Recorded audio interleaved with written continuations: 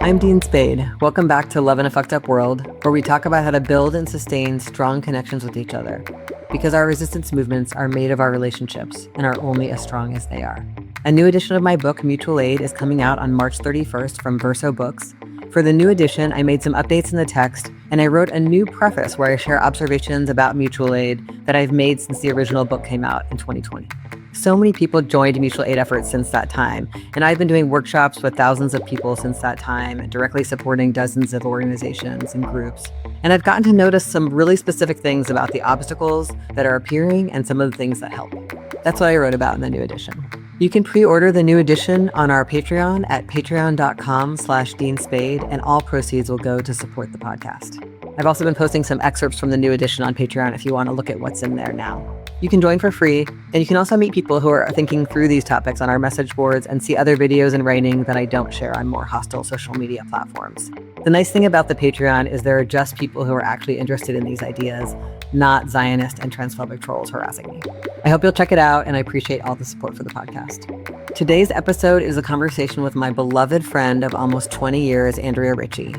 Andrea is a Black lesbian immigrant survivor who has been documenting, organizing, advocating, litigating, and agitating about policing and criminalization of Black women, girls, trans, and gender nonconforming people for the past 3 decades. Andrea is the author of many abolitionist books that I treasure and that I teach in my classes, including Queer Injustice, Practicing New Worlds, Invisible No More, and No More Police. And she's also written so many other important texts, including many toolkits that you can find at the Interrupting Criminalization website. In this interview, we talked about the gorgeous community defense work happening in Minneapolis, Andrea's work to organize healthcare workers against criminalization through the Beyond Do No Harm network, what kinds of relationships we need to be building in these harrowing times, and so much more.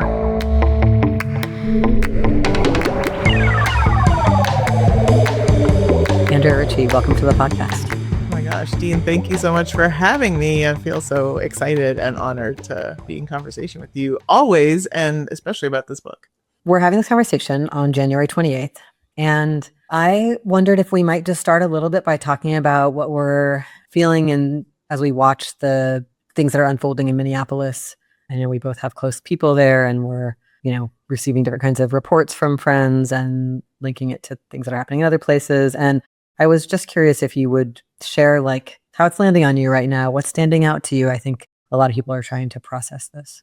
Yeah, I mean, it's really difficult to put it into a few words. I'm, trying to work on a newsletter, an article, talking to people, and just process it myself.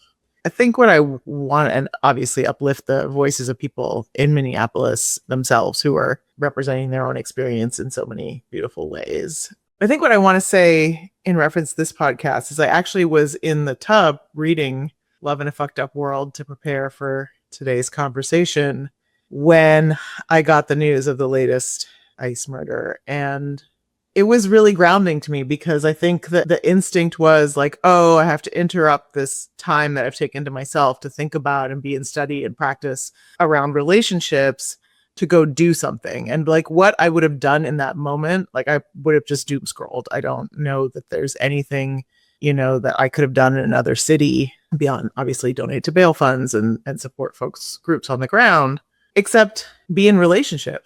To check in on the people I love in Minneapolis, to ask what they need, to let them know that I'm here. They don't have to answer me, but that I'm here and in community with them and available to support them in the ways that they wanted. Some people I heard back from saying, thanks, that means so much. And other folks I didn't hear back from and don't expect to. And I just wanted them to know that I was thinking of them and in relationship with them. And I think it also had me thinking about what relationships are necessary to mount the kind of resistance that they have been mounting in Minneapolis, how often people think of that kind of response or uprising or rebellion as spontaneous. And it is obviously in many ways spontaneous, but how deeply rooted it is in existing relationships and in practices of being in community and of showing up for each other and of saying, no one's gonna take my neighbor, my friend, my community member, my school, my children's teacher, my children's classmate, someone who could be my child, someone who could be my grandmother. people really leaning into relationship and care for each other, including as strangers, but in a way that they've practiced with people in their lives. And so to be honest, like even though as I was like crying in the tub and checking in with friends, it felt relevant to keep reading because, as you say in the book, we need these skills in order to continue to be able to resist together. And the more pressure comes from the state and state violence, the more fissures there can be in our communities and our organizing and our relationships, because the pressure has to go somewhere. And when we feel powerless to make a change outwardly, we start to come after each other. And there are so many important tools in Love in a Fucked Up World to counter that so that we can keep showing up for each other. And I can't say how many times I've used a tool in the book that, you're talking about hooking up and being in relationship and that it's important. And I've used it in meetings. I've used it in conflict. I've used it in relationships with comrades. I've used it in other spaces to help move through a difficult moment or a difficult period or a moment where I was having a reaction where I felt like, well, I'm just going to check out, or I'm just going to bounce, or this person is bad, or the space is bad, or, something, and really examine like what was underneath that and to help me understand myself and other people better in that moment. And I think it's just made me better able to show up over and over again. So that's what I'm thinking about, the kinds of decentralized relationship-based resistance that we've seen in Minneapolis and Chicago, in Memphis, in New Orleans, in LA, everywhere else that people have been resisting so beautifully. And the last thing I'll say too, in all those places, again, what looks like spontaneous resistance is coming out of pre-existing organizing relationships, pre-existing networks of mutual aid, pre-existing abolitionist organizing, pre-existing practices of transformative justice, pre-existing commitments to stopping sweeps of unhoused neighbors, to ensuring healthcare is available to everyone,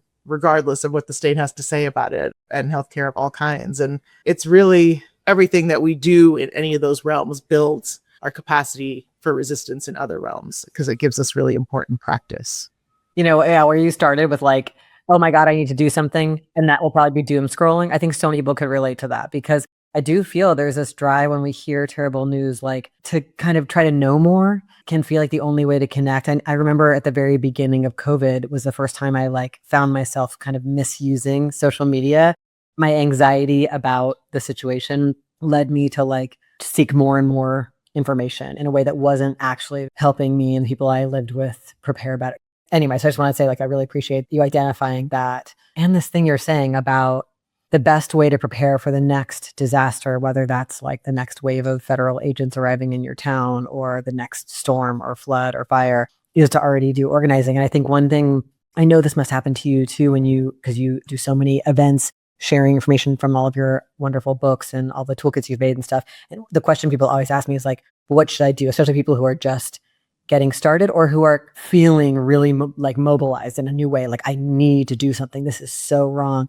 And people often are like, I want to do something in Minneapolis, but I live in Seattle or Denver or wherever, and it's really like, I think so much of the fundamental message of all the work that you and I have both been doing, including what we've done together over the years, is like, do something where you already are. Wherever you are, whatever problem you're worried about that's happening somewhere else is likely happening. Yes, obviously I believe strongly in solidarity with mutual aid projects that disseminated Palestinians and things like that. But like, there's also just like wherever you live, people are unhoused, people are facing deportation, people are in the local jail getting tortured, people are, not having the basic necessities because they're old or, don't have help with childcare or like all the things, right? So it's like, and then when the things heat up, it is those relationships and kind of the practice. Like, practice sharing stuff, practice doing stuff with people even though you find them annoying, practice sticking around even when it's boring, practice figuring out how to have a meeting where people feel good when they leave, all those little skills that are not the skills that we learn at like jobs and school and stuff. And so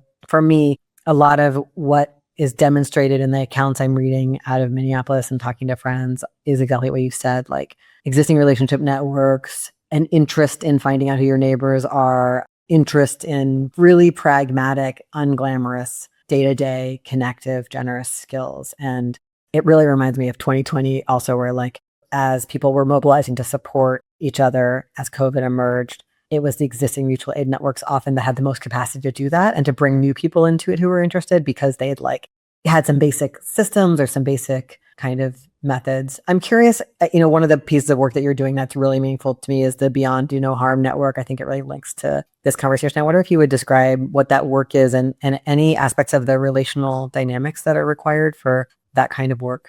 Yeah, before I do that, I do want to say that I really learned from you about the uses of social media, right? And about this kind of false sense of connection and action that they produce. I mean, a lot of people talk about that, but I really feel like what you've said, like, when I notice I'm trying to escape or find connection in these false ways and the ways in which social media is something that you've named like that, I just want to say, like, I hear your voice in my head often when I'm scrolling at whatever hour being like, what are you doing right now? Like, are you sharing information in a way that's useful? Are you learning information in a way that's useful? And are you making real connections with people? Because those things can happen on social media.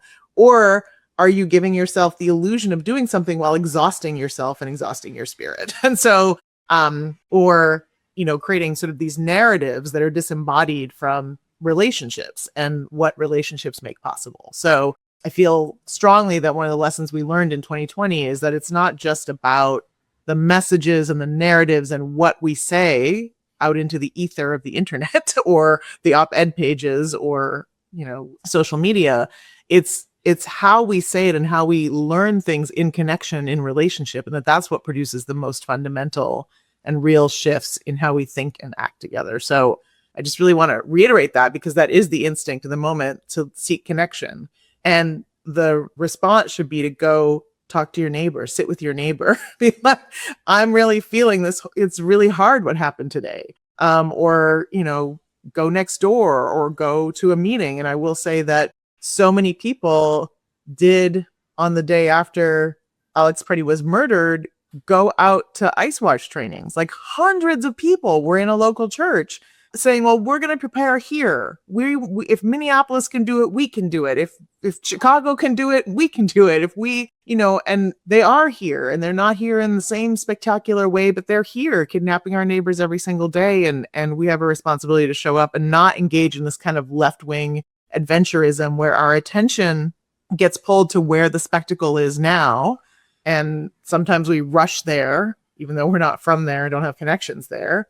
And then our attention gets pulled to where the next spectacle is and the next spectacle. And then we forget that people are still freezing in tents in Gaza, that they still need the mutual aid that they needed before this, latest takeover called ceasefire, more than ever, because now Doctors Without Borders aren't being allowed to operate there. Now so many places that people were surviving with are no longer available. Conditions are worsening, not getting better. And so I think also it's about being committed to staying with the struggles that we care about and staying in relationship with the people. And you can't, if you're in real relationship with people, then you're not going to get pulled to the next thing while forgetting about what just happened. You can continue to expand your attention, but you're not going to be like, and now I've completely forgotten about Gaza because I've moved on to the next spectacle and the next spectacle. So I think, again, I just want to say the relationship piece of that is really critical to keep us grounded in real solidarity, as opposed to performative or temporary or superficial solidarity. Can I ask you to go back? I actually would love it if you'd be willing to say more about how we learned, like what you observed in 2020 that made you realize that we might be caught in trying to get the perfect narratives in the op-eds and in the social media, or I'd love to hear. I feel like your impressions of the lessons of 2020 is like a kind of an amazing thing to hear. I mean, I think in 2020, as we all know, abolitionist ideas suddenly kind of broke into the mainstream and gained new currency. And I think we're seeing that a little bit now also with, people who, my own congressional representative being a good example of a Democrat who voted to pat ICE on the back at whatever resolution 6 months ago and now is calling for the abolition of ICE, right? Okay, great. I'm glad you're here now. It's hard for me not to be mad at you for not having understood that before, but I think we got fooled by how widely our ideas spread and how mainstream they became to a point, right? And one way is that was a tremendous victory of years and years and years of abolitionist organizing, thinking, practice, and relationship building. I don't want to undercut that.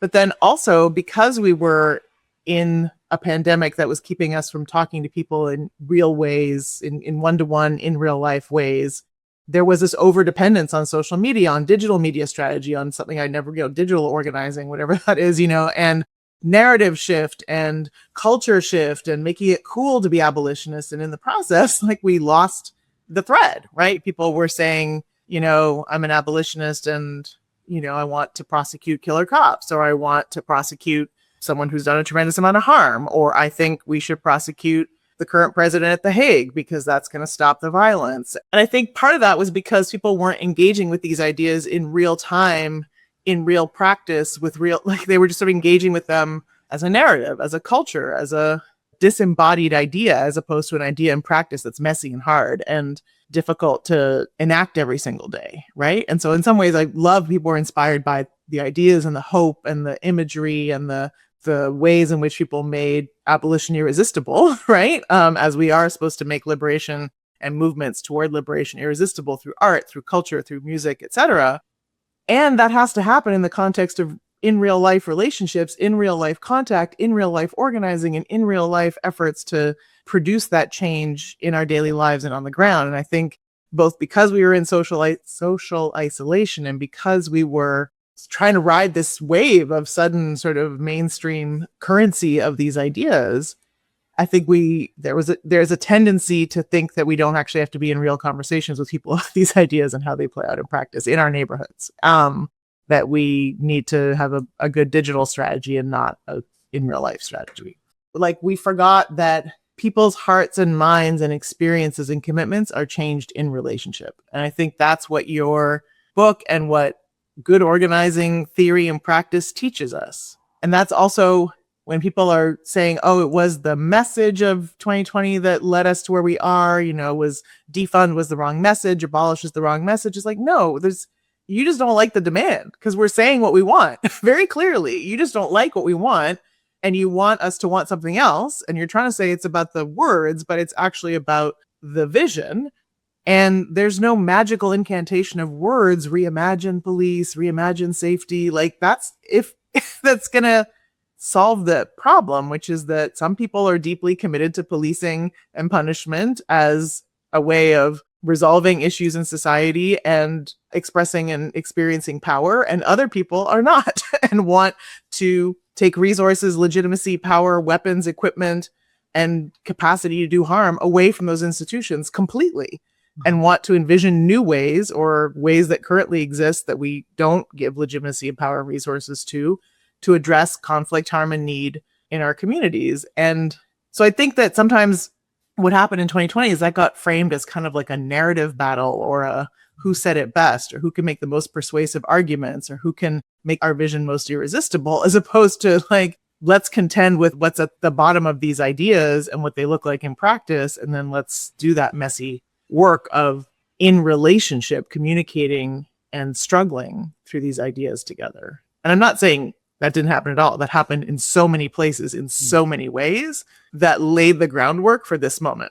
Yeah, I remember hearing someone say the term radical liberalism sometime around then. And what I think they meant by it was that a lot of people were learning kind of these disconnected, siloed slogans through social media, which were things that people like you and I are like, wow, I never thought this would be a popular idea that we've been over here toiling over for decades, getting rid of the police, getting rid of ICE, caring about trans people. Like, these like things were kind of circulating, but for some set of people, they're being consumed in a new way through social media as rather kind of shallow slogans. And that feels so different than the palpable quality of what is happening on the ground in Minneapolis and, in so many other places where important kinds of mutual aid are happening, where people are like, I see problems that I'm going to engage to practically stop something that's happened. These people can't get out of their house. They need groceries. These people are in this cell and the storm is coming. These people, and like, I'm going to feel like I can do things to change the conditions of other people, and support them in material ways. And that sense that I can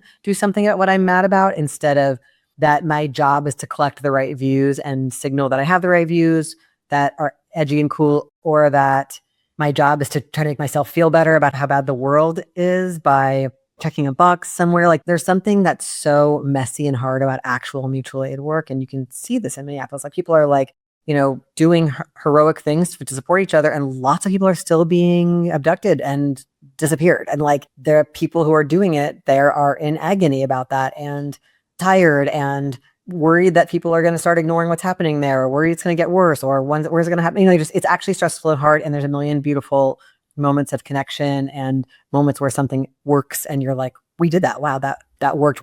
We live in a society where we're told we can't do anything for ourselves and each other. We have to get an elected official to do it, or call a police officer to do it, or get a celebrity to say something. So anyway, there's some kind of tension, and of course, we both know that in 2020 and all the years after that, there was and remains an enormous on the ground abolitionist set of efforts that are highly material and very much supporting people who are inside prisons and jails and their families and loved ones and communities, and very much trying to stop policing at every turn and stop its expansion. So much of your work has been about telling people how to make that politics happen in their own locale, how to really be how do we move from this understanding about how bad this system is to very, very direct shrinking of it, stopping it, But yeah, I think that dilemma about getting lost in the narrative, I appreciate you bringing that to the surface. Speaking of, I would love if you want to talk about the Beyond Do No Harm Network as an example of this kind of I'm so moved by the work, and it's such a material invitation to people to do what they believe in. Yeah, I mean, the Beyond Do No Harm Network is a network of healthcare providers who are committed to interrupting criminalization in the context of accessing of care. So certainly criminalization of care providers, criminalization of care receivers, but also just noting that the point of seeking care is actually a point of criminalization, particularly for women, queer, and trans people, survivors, migrants, drug users, sex workers, HIV affected people, disabled people, queer and trans people, pregnant people, parents, any number of folks who experience vulnerability to that kind of criminalization. And so it's organized around 13 principles that, the first of which is ICE and cops out of care, for instance, right? And that we're seeing healthcare workers organize around really vehemently in Minneapolis and elsewhere, that, ICE can't come in to try and grab people and kidnap them when they're in a hospital bed or in a space where they're seeking care. And also that when ICE does harm people and bring them into place seeking care, that's going to be an opportunity to also break the violence of ICE, right? That's going to be an opportunity to get the person access to legal support, get the person connected back to their family, make sure people in the community know where they are so they aren't disappeared, and make sure that they get care, which includes not being sent to a place where we know they're not going to get care. There's news that just came out recently that, we all knew, because people are dying in ICE custody and have been for as long as ICE has existed and detention and deportation has existed, but they've stopped paying their medical providers. They've stopped paying for care at all for anyone even pretending to provide care, people in detention camps and ICE custody. And so we certainly can't be sending people back there and assuming that they're going to get the follow-up care, the antibiotics, the checking their blood pressure, the things that, you might need after having been, violently harmed by ICE during an abduction. So there's a lot of organizing around that, but there's also organizing around many other ways in which people are criminalized in the course of access to care, including when cops bring people in who they've beaten, or when cops bring people in who have experienced, denial and lack of access to healthcare inside a prison, a regular prison, right? That, holds both migrants and non-migrants. And so those are the principles around which people are organized. And they're all rooted in this notion that if you are a healthcare provider, healthcare worker, healthcare researcher, public health worker, ostensibly you have made a commitment to do no harm. That's part of your Hippocratic oath. And that your commitment is to care. And it's helping people understand that criminalization is the antithesis of care. And that care is actually what is going to interrupt harm and conflict and violence in our society, not further harm, conflict, and violence through the forms of criminalization. So those are the principles and the ideas that, we organize healthcare workers, people work in healthcare facilities, to implement these principles in reality and in relationship in their individual practices, in their workplaces and institutions, and in their professions and disciplines, whether they're a doctor, a midwife, a doula, a community health worker, a public health researcher, et cetera. And the way in which we're organized is in this decentralized way, in this pod way, right? In the sense we're not trying to mount a national campaign to do a thing, or we're trying to have everyone do the same thing under the direction of a professional association. We're trying to invite people to find 3 or 4 people who you already are in conversation with around criminalization and care. who you already are complaining about why the sheriff chained someone to the bed while they were giving birth, who you're already saying that security agent or officer made someone leave before they actually got the care they came here for, or who you're already trying to figure out like, oh, this kind of care they can't get here, but maybe they can get it there and we can figure it out together and work around. Like, so you're already in conversation with those folks.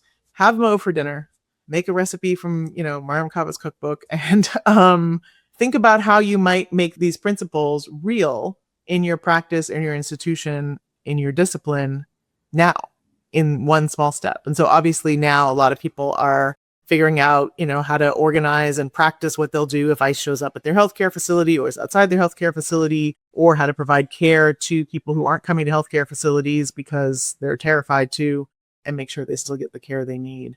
And it is really built on this decentralized notion of, through these pods, through resources, through resistance labs, through working groups, through sharing strategies from one location to another, sharing resources from one location to another. It's not that it's isolated, decentralized. It's actually like it is, people are in communication with each other. There's people sharing things translocally and people reporting back on experiments that they've done, whether that worked or didn't work, or what worked about it and what didn't, and iterating and being adaptive to, okay, well, now ICE has figured out that this hospital is resistant, so they're going to start taking people to the other place. Well, how do we organize people to the other place, or how do we do a different strategy? So it's actually an effort to try and put some of the things I talk about, for instance, in Practicing New Worlds, about creating critical connections, communities of practice, and networks of resistance in practice, in trying to make these principles around interrupting criminalization in the context of healthcare a reality. And we have some incredible organizers across the country who are committed to that, who are making magic happen in all kinds of places, making sure people don't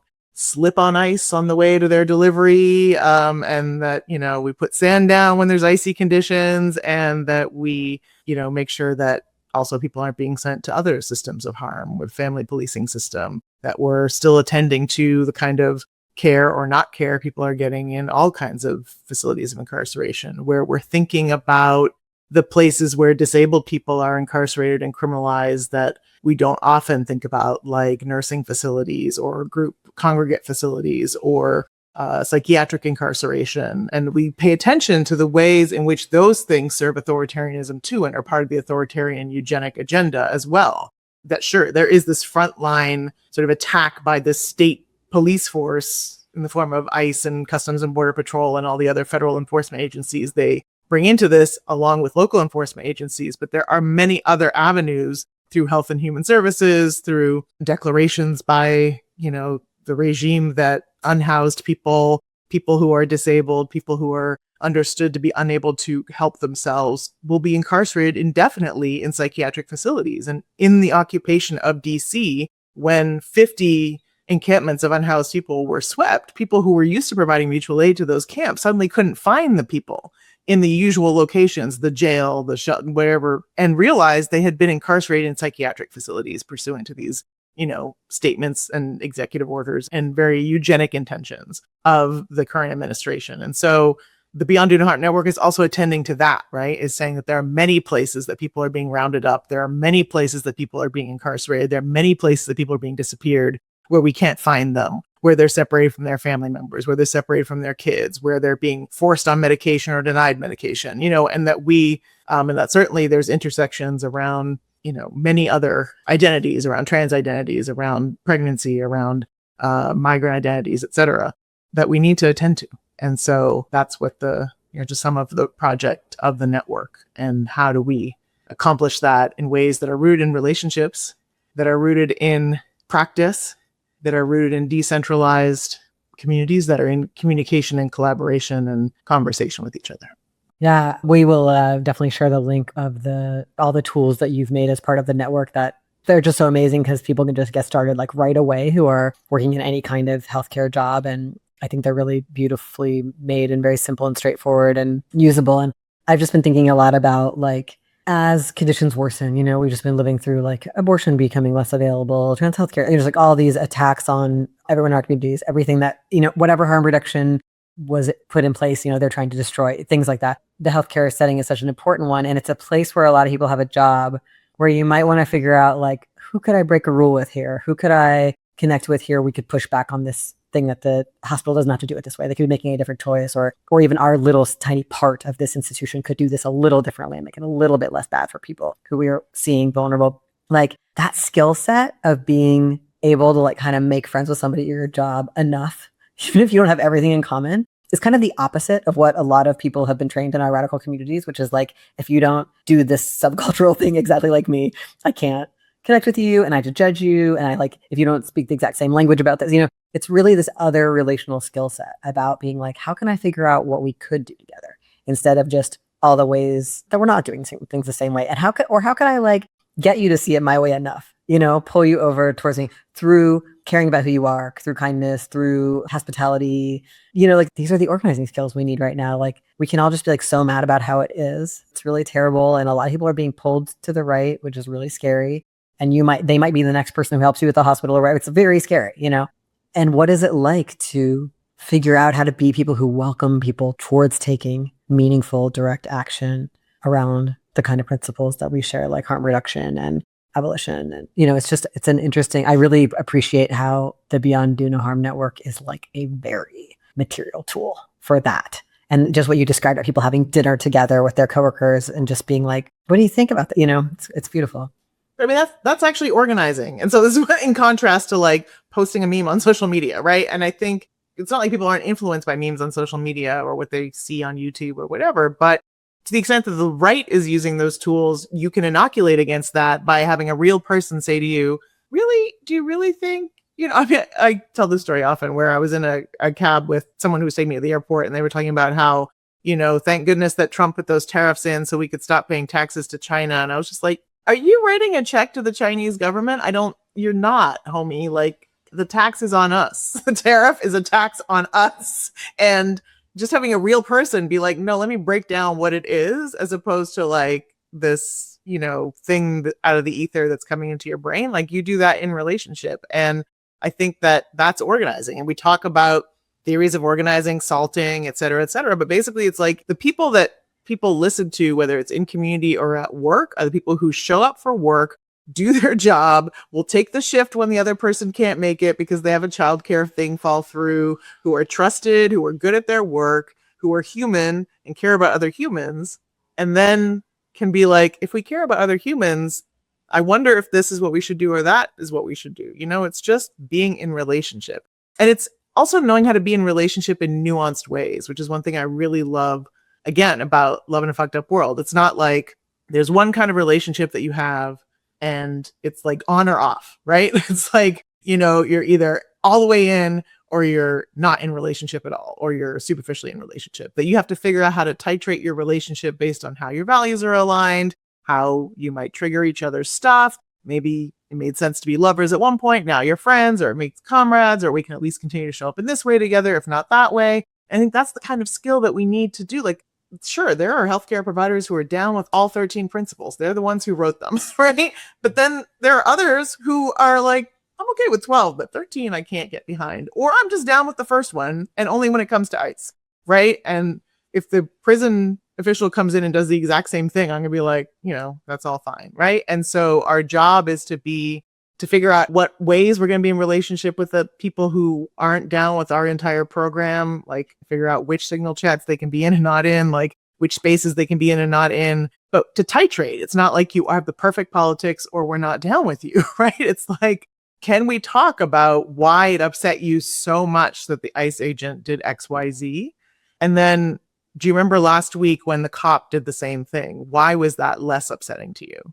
Why did that feel normal and this didn't? And I wonder if we can see where the similarities are, and that actually the patients were harmed in similar ways, or where the harm was different and why that matters to you. And have those conversations in real time in real ways. But you have to have skill in relationship to do that. And I really feel like one of my commitments in this year was to be a deeper student of relationships, as opposed to being in much of my life, I've been a student of data or policy or practice or, theory of organizing or making arguments, making a convincing argument, making a persuasive argument. I mean, crafting a demand that doesn't lead us straight back to the cops. Or, we often talk about sometimes like, it feels like stopping bad ideas. It's like one job. But understanding that all of that happens in the context of relationship. And it's not like I haven't done all of that in relationship and that haven't learned about relationships in the course of that,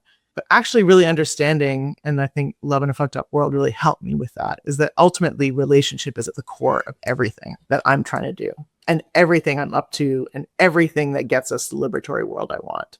And we have to be skilled in it. And I think that's what transformative justice organizers have been really, people like Mariam and many other transformative justice oriented people are like, you have to know how to navigate conflict.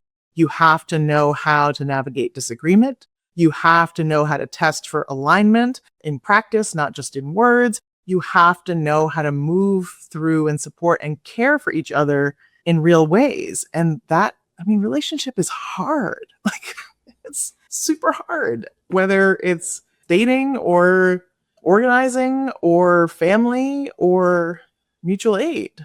And being a student and being really committed to skilling up in that is just essential to build the kind of resistance that we're seeing or longing for or wanting to be part of. And I can't overstate that or overstate how much I'm sitting with that these days. It's funny because I also just am moved by your humility. And also I think there is part of that maybe is like reaching our age where I'm like, oh, everything I thought I knew, I really don't know anything. Because actually I we've been friends for more than 20 years and I'm excited about that. I think it's our friendiversary or something this year. We're somewhere right around that. I feel like you have always really been operating in like a Black feminist tradition that cares about relationships as part of all the organizing, even though you do all the like lawsuits and strategy and like data, you really have translated so much of that for so many people in our communities. I feel like you're very relationally oriented, but I also appreciate the feeling of like, I constantly have experiences where I'm like, oh my God, I'm starting from square one or something.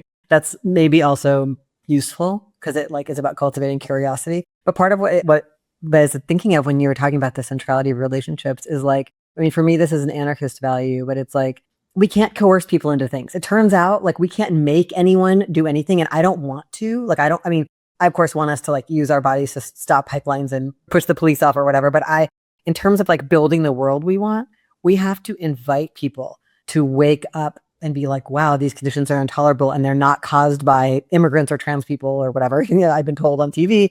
They're really caused by the actual, institutions that are hurting us. And we could work together and stop them. We want to move people away from disempowerment, which is caused by racial capitalism, and towards a sense that we can take back our lives and like that all the food on earth belongs to all the beings on earth, not to, the companies, and that all the things we need are here. If we didn't have the state's boot on our necks, extracting every single possible thing so that a few people can be billionaires. And that feminist belief in consent and in invitation, is at the root. And the other piece of it is like the other side really does control so much of the infrastructure of our lives right now. And the only thing we have is that there's just so many of us and so few of them who are benefiting, and even they will be, victims of ecocide. But if we can't move together, if we can't collaborate, if we can't not boss each other around, if we can't deal with conflict, all the things that you just named, these kind of transformative justice skills, if we can't do those things, then we're fucked, and like, it's just in some ways so simple, but we do live in a society where like relationships are like a girl thing. And like, it's not like not important. And right.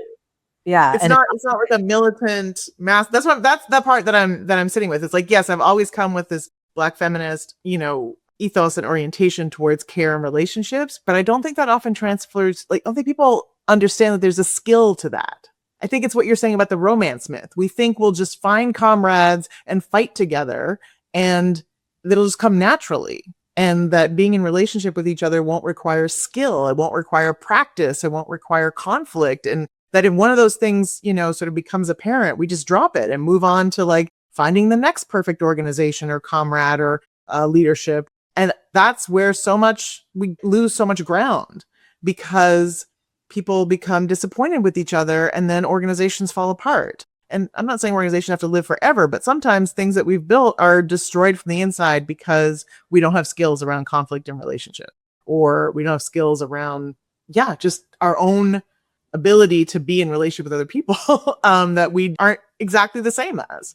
Right. And I agree with you also that it's sort of named as like a soft skill, right? Or something that you do in therapy or that you do in the healing circle and I've been guilty of this too, where I'm like, that's not what we're about here. Like, that's another organization. We're here to fight, fight, fight, fight, fight. Well, it turns out to fight, especially the scarier conditions get, the more the state is killing people in front of you who are connected to you or what you're doing, the more you need to be skilled in relationship. And you need that circle of people around you who fortify you to continue to fight. Courage is collective, right? It's not, we have this image of like singular, brave, heroic, charismatic leaders, right? But, Renee, Nicole Good, Alex Preddy, every single person fighting back right now is surrounded by a community of care. And it's not just their, nuclear family. It's a community that supports them in doing the work, that emboldens them, that makes them brave, that lets them know that there'll be a place to come home to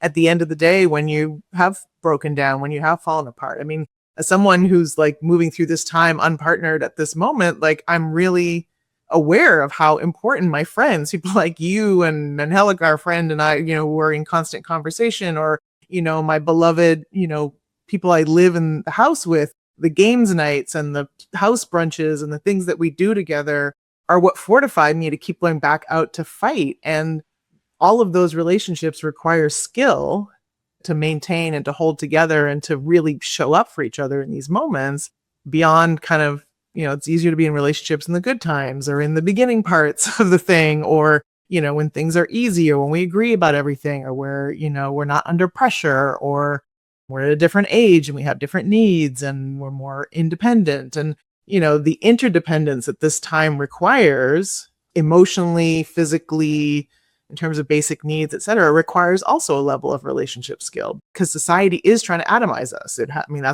That's essential to racial capitalism. It's essential to creating conditions under which we believe that it's okay for some people to be kidnapped, abducted, disappeared, separated from their friends, family, community, because they're criminalized. And criminalization is just kind of expanding in this current moment to make more and more people, that the state is targeting seem disposable. And so the relationships are really what, again, inoculates us to that, right? Mm-hmm. If you are connected to your neighbor and your neighbor because they watch your kids and they care for you and they bring you food when, someone in your family dies, and y'all complain about the neighbor down the block or whatever, you're in relationship together. When the state tries to tell you that they're evil because they're trans, because they're a migrant, because they're from Somalia, because they're from whatever, right? Because they are an OBGYN, or because they're, have mental health crises, you, by being in relationship with them, are not going to accept that. But if we are atomized in the ways the state wants us to be, it's so much easier for us to accept that and for us to move in ways that are in service of the state's authoritarian project. So relationship is really the antidote to what they are trying to accomplish, which is to keep us all alone and scared and afraid and sick and hungry and cold and miserable, and so willing to jump on blaming whoever they want us to blame for the condition that we're in. And so it's not just that we need to be moving in relational organizing and in care, but we need to really build the skills individually and collectively to be able to do that well. And that's, I think, the piece that feels newer to me. I thought, relationship skills were for dating, right? Or were for navigating family dynamics, and understanding that relationship skills are for everything, including all the kinds of organizing and work that I want to be up to, not the ability to analyze data or come up with the perfect demand or the perfect strategy or the perfect tactic. It's like, how am I going to be moving towards that in relationship with other people? Yeah, I just have really been thinking about and noticing how much pressure people are under, like how much worse off people I know are than 6 months ago, much less 6 years ago. Like just all of the chronic health issues from the ways COVID affected our bodies, the price of food and rent and just like the kinds of distress people are under, the losses people have endured of people who've been locked up in different ways, the wear and tear of the repression on our movements and like the stuff people are needing to do to defend people who are targeted for that, the agony of living through the genocide in Gaza and many people really burning the candle at both ends, trying to do everything they can to stop it and it not being stoppable so far. Just like, it's like people are in rough shape. And I think it's like we need a kind of relationship that most of us don't even have, because the capitalist society creates an idea of such thin relationships. Like we should have relationships just based on like shared taste in consuming something, or you should have relationships only as couples where you don't ever talk about what's really going on, or, just kind of like light only stuff. I think we need light stuff as well. But like, I just am thinking a lot about the depth. What's it really like to have relationships where you can tell people when you're really, really not doing well, or you can ask for things you need even though you feel shame, or you can say if something really hurt your feelings instead of just kind of slowly ghosting the relationship. Like, what's that like? And we don't have to share this on the podcast, but I just want to say, like, you and I and our other friend have this video messaging thread that we are on every day. And it's so meaningful to me to see where you are and hear the quality of your voice and know some minutia about your day. And also we have these conversations about our deepest insecurities in our work, or our concerns around sex and dating, or around our health, or like they're just like, we just really are practicing a kind of friendship that I want everyone to have, and that it's so easy not to have in this society. I'm really thinking about that. I'm thinking about recent conversations we've had about like our aging experience and dating, and just like all of these things that like are just like so taboo to discuss. I so appreciate that. And I'm totally fine with that being on the podcast, because it is, for me, one of the most transformative revolutionary practices, right? Where the people on this thread, we do stuff together. We talk about what's the best demand. We talk about what our strategy is. We're in the theory of organizing, etc. And we are humans with each other.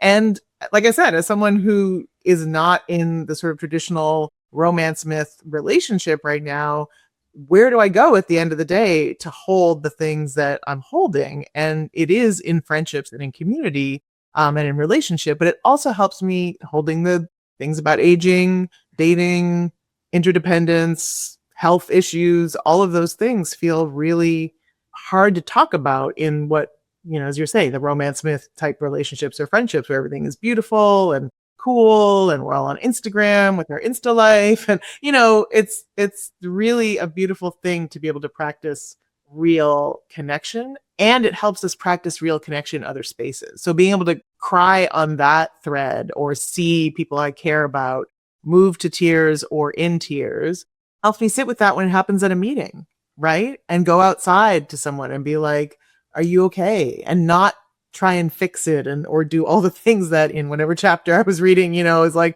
whatever you do, don't try and problem solve. It's all shit I've done. Like every single one of those things, I was like, oh yeah, that is how you react when someone comes, and that is rooted in childhood things and ways that you were raised and shaped and formed. And these are the ways that you can do that in a way that brings you closer to the world that you want and a deeper relationship with people. And practicing that together enables me to do it in a meeting or in a space that I'm holding or in a container that I'm holding, stepping into accountability, saying, I didn't really land well what you said to me, or I don't agree with that. Like I fundamentally disagree with that very strongly and love you and your brain so much, right? Like, or whatever, right? That we're able to say, then that it's practice to do it in other spaces. And also to be able to come back and be like, actually, that thing I really disagree with, you're totally right about. And I can say that without shame or like just excitement that we're moving closer to freedom together. And I just really want to invite people to be in those practices. And that's why I think this book is so important. It's not just, it's great dating advice and hookup advice and life advice for sure. But it is also so fundamental to getting free. The skills that you're talking about, the ways of being that we're talking about. I recently was at the Bog Center here in Detroit talking about practicing new worlds with Shay Howell, who's one of the people I interview in it. And just coming back over and over again to the people that we are can't imagine or practice the world that we want beyond a certain point. We have to be transformed in the service of the work, right? We have to transform ourselves to transform the world. Grace, Gloria Anzaldúa, like everyone in some ways who's looking to revolutionary futures has said something to this effect, that there's something that has to happen inside of us to help us become the people who can bring about the world that we want. And that is rooted in relationship. It's not a transformation. For some people, I think it happens by going off on their own and meditating for a long period of time, but that is about being in relationship with yourself and the world around you also, right? Like it's not, or with a divine spirit or with your ancestors or you're in relationship with always someone or something. And so transformation is happening in relationship. And so to me, the skill to make that happen well, to speed up that process, to help us be in a practice of becoming the people who can bring about the world we want, who won't imagine something that just looks like policing in a different form, who won't create something that replicates all the things that we are against, who won't keep chasing pipe dreams of like that one reform that's going to fix everything. And instead we'll understand that it's actually deep, slow work that requires us to be better at being in relationship with each other and the world around us. Ultimately is the work. Mm-hmm. When you said that thing about transforming, I think one thing that's hard is, because liberalism is all about the kind of false promises of if we just get the right candidate, if we could celebrate, if we just got the right law passed, everything would be resolved. And, you and I are talking about a much more difficult and complex process of transformation. And slow. Slow. And also with moments of explosion that are also, it doesn't feel good a lot. It's uncomfortable. We're living in a really, really rough time in human and earth history, and it's not cute. And also the transformation towards being more ourselves and more connected to others is also often quite hard. It's like, you go through a conflict with your friend and you do think a lot about what you were sharing and how it was working. And then you do, or with a lover, with a roommate or whatever, like that, the willingness to be uncomfortable and to be like, life isn't actually entirely about feeling good. It's about purpose. It's about curiosity about how I might be transformed by the conditions I live under, the people I encounter. It's like this openness to discomfort. And I think for me, our friendship is a place also for like getting comfort in the discomfort. Like I'm doing something uncomfortable that feels edgy, and I then need to go back to you and our other friend and be like, oh my God, am I okay? Is this okay? Like we need to find ways to shore ourselves up to make those steps. But I think one thing that's hard in moments like this, when a lot of people are kind of coming to new awareness, is there is a kind of like, somebody tell me what to do because I want to feel better. And then there's this whole grief process of being like, oh my God, these systems are this bad. There's not a quick solution. The daily work of being part of this in my community is going to be that combination of like boring, annoying, sometimes unsatisfying. Oh no, the group fell apart over conflict, starting again, like it's going to be like that. And we don't even know which things really, really, really work because the conditions keep changing and getting worse. So it's like, whoa, like not to breed hopelessness, but instead just to be like, this is like humility about, which is just like everyone else who ever lived in history, like didn't know what was going to happen and had to try to be brave and figure things out together. But I think some of the stuff around isolation and some of the internalized liberalism can make people long for a kind of numbing comfort. And I think that's the thing, the relationship to the self too, like a lot of internal work to do to be open to being transformed by the conditions and by our collaborative attempts. It's hard.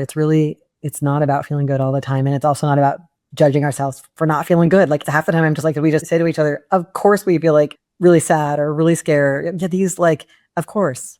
Like that's so much what our friendships require, just telling each other like, of course it's hard. Well, and I also I sit a lot with a book you sent me when one of my parents passed away that talks about being in an apprenticeship with grief. And I remember being really struck by that idea because life is about not being in an apprenticeship. Like what we're sold is, not being in an apprenticeship with grief. And actually, as Buddhist tenets are, no, we are of a nature to be grieving, to be suffering, for people to die, for ourselves to die, to become ill, to be human, frankly, right? And that it's our relationship to that we need to navigate, because otherwise we're going to be constantly pursuing the perfect organization, the perfect leader, the perfect solution. I mean, my God, Dean, I wish ending qualified immunity would stop state violence, and I could, go sailing and be done with it, but it's just actually not the case. And so instead, I'm gonna have to do this really hard thing. And like you say, the comfort part of relationships is so important, which is again why we need to be skilled at them. We need to be skilled at them in order to be able to offer comfort to people, to not, meet them with like, well, here's what I think you should be doing, or buck up, or, man up, or, fight harder or go harder, or you're only going to get validated when you harm yourself by overworking, and even then it'll be fleeting. And then you'll have to do more and more and more. Like, we have to skill up in offering each other comfort and care and fortification. And that means holding space for each other. That means inviting each other into the things like spiritual practice, singing, dance, movement, craft, creativity, imagination, play, sex, joy, fun, that will get us through those times, and to do it in ways that will also, like you say, it can be light and trite sometimes because we need that, but also that are ways that take us toward the world that we want. And I think all of that is about the skill of being with yourself and being with others, which ultimately is what revolution requires. We're not going to be able to fundamentally change the way our society is structured and operates unless we're able to fundamentally change the way we are with ourselves and each other. That is unfortunately a fact. And as I tell my therapist often, like, that shit is hard. Like, relationships are hard. Like, I need to, it's just, I was a workout today. I got worked out today in my relationships, but then also, is there a moment where I got to rest in them, where I got to be fueled in them? Is there a moment where I got to feel the exhilaration too, right? And that's true. I mean, the exhilaration of chasing cops off the block, let's feel it. Let's seize it. Let's celebrate it. Not be like, oh, well, they're on the next blow doing that. Like, come on. Like, we did that shit. Let's fuel ourselves in that way also, and recognize that those are the building blocks, of an avalanche that will eventually shift things in ways we can't imagine right now. Mm-hmm. It's not what I thought when I first came into movement about how things changed. I will say that, 40 years ago. I thought it was all about meeting force with force. It was about, going harder, being more militant, fighting till you die. And I think it's so much more nuanced and complex and beautiful. It's a beautiful struggle because it is about transforming ourselves and living as fully as possible into our humanity with each other, which is, requires a lot more skill, a lot more vision, a lot more expansive understanding, a lot more flexibility, nimbleness, adaptation, iteration, commitment to humility and learning than the original vision, but it's so much richer and so much more real. I'm curious if you would indulge the question. I think a lot of people are asking it, like, how do you keep going? You've been, doing this work for many years and really, in my opinion, giving it your all. And you have, tried a million things, and you've also had to endlessly bring the same anti-police, anti-law enforcement messages freshly in new ways into a million different contexts. Like, there's a kind of durational performance that you are being asked to engage. And while we've both... Good thing I'm a Capricorn. These people are like, you are very persistent, is what they say when they're being kind. You are. I love that. And yeah, like, things have gotten a lot harder. And so it's hard. That's a hard lifetime to have. And I'm curious, how do you keep orienting towards what you want to do under these conditions? I mean, I think it's what you're saying. I can't tolerate what's happening. I can't. And I'm getting smarter and more nuanced, or learning new things about how I fight the things that from my very first memories of being a child and stomping my foot and saying that's not fair. Whether I was describing something that was happening in my family or something that was happening on the street around me, or in the world that I was aware of, I can't tolerate it. I am so deeply committed to a world where Black women, girls, and trans people can freely love and be fully loved and exist in right relationship with each other, with the planet, with the world, with everyone, with the communities around them. And I want that world so bad. And I want it so badly for the people I know and love, and the people I don't know and still love, and for myself, frankly, and for the children in my life and their children and their children. And so that's the passion and vision that keeps me going. I think what keeps me going on the day to day are the people in my life, and the people like you, I've known for decades, who we are still all in struggle together. We've had so many disagreements, not you and I, but like the kind of cohort of people that we've come up with through the years. Like, we've been in this formation together, that formation together. We were in this organization, that we did this nonprofit experiment, we did that. Like, and there have been hard times and good times, and, times of closeness and times where we didn't see each other for years, but we stayed in community, or when we ran into each other, there was a connection. And I feel like those relations, I remember Morgan Bosicus saying this, at some point, like in the many decades that we've all known each other, saying, it doesn't really matter what organization or formation we're with, it's the relationships that matter. And it's so true. And so to me, the people in my life, the amazing people in my life keep me going. The beauty of the world keeps me going. The world is a stunning and spectacular and heartbreaking place. And trying to make time and space to be with the beauty and the awe-inspiring parts of it, whether it's like the full moon rising outside my window or the ocean or what's in the ocean or in the sky, and really prioritizing pleasure. Like, I do feel like pleasure is something that we're sometimes in times like these discouraged from seeking, and in fact, after I cried in the tub all afternoon on Saturday, I went dancing with my friends, my chosen family, because I was like, well, I'm going to dance before we die. Like that's going to happen. I'm going to go listen to music. And it wasn't to forget or pretend that nothing had happened. It was actually in honor of the spirit of life and commitment to life that led the people who had been killed to do what they did, which was care and love for people and joy in living. And so partaking in that, in people's honor and memory and in the spirit of resistance, is also what keeps me going. And yeah, just knowing that there's a limited amount of time that I'm going to be here in this body. As you get closer to the end, it becomes more sharp.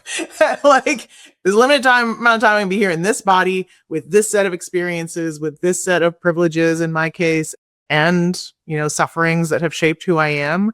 And I want that time to the fullest. And that means fighting the hardest. That means living the hardest. And that means leaving it all on the floor. And that's what keeps me going.